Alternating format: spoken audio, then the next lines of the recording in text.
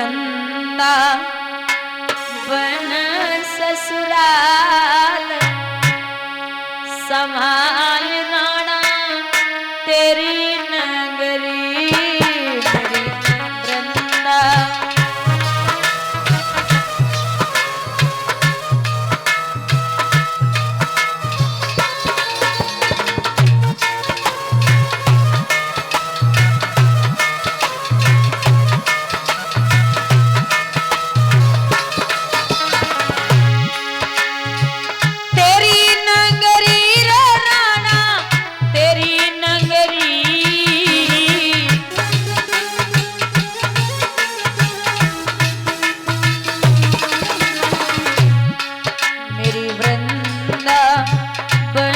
ससुराल संभाल राणा तेरी नगरी मेरी।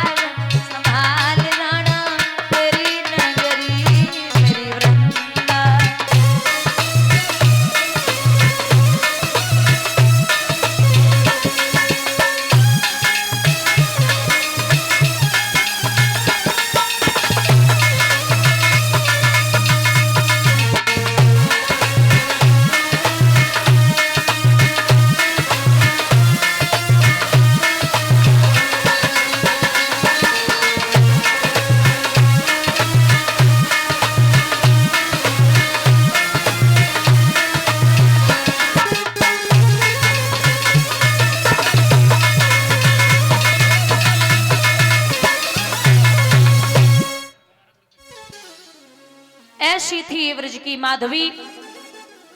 महाराज राधा सखियों के बीच में जब पहुंची तो ललिता ने सवाल कर दियो कि कृष्ण कहाँ हैं।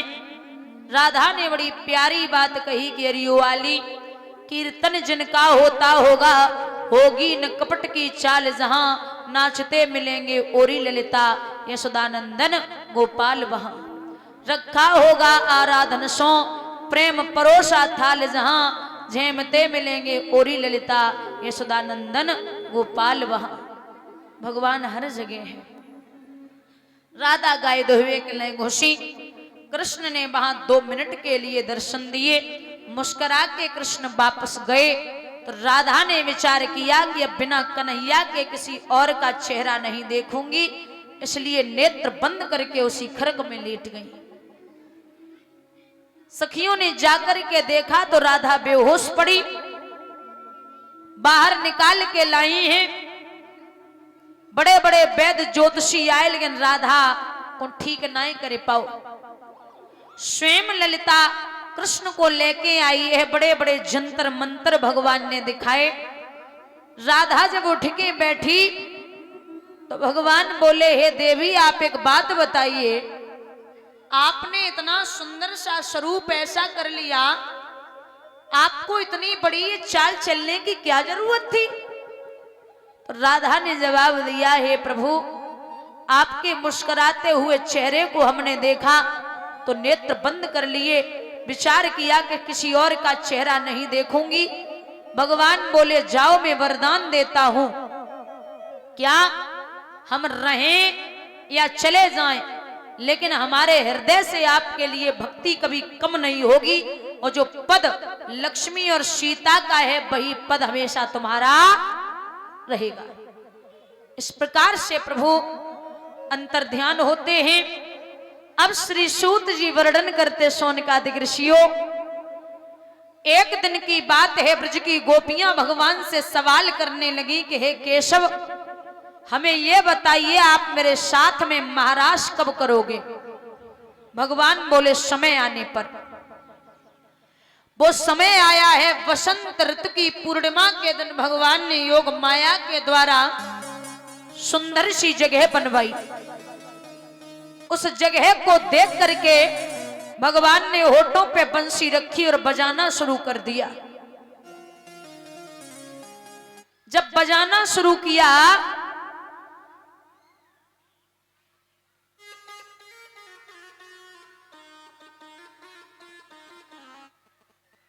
कोई सखी अगर पति को खाना देवे को जा रही तो पति को खाना गैया के पास में, गैया को भूसा पति के पास में।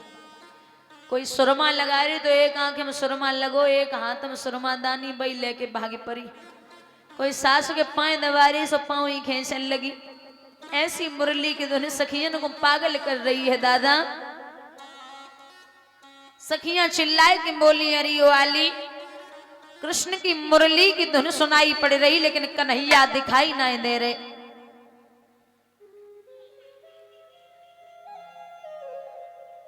जो सखी कृष्ण के पास में पहुंची वे भगवान से बोली, कन्हैया आपकी आदत बड़ी गलत है। बोले क्यों? चैन से सोने भी नहीं देते।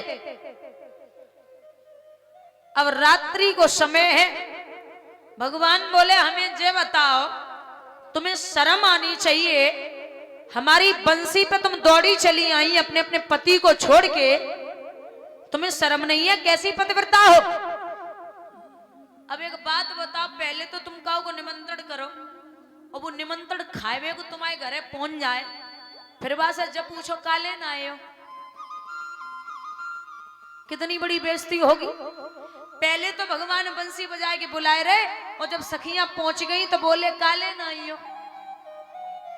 सखियों बड़ी चालाक रहे, सो बोली, कन्हैया हमें जब बताओ, एक पतिव्रता औरत और उसका पति विदेश चला जाए और वो मिट्टी का पति बना करके उसकी पूजा करे,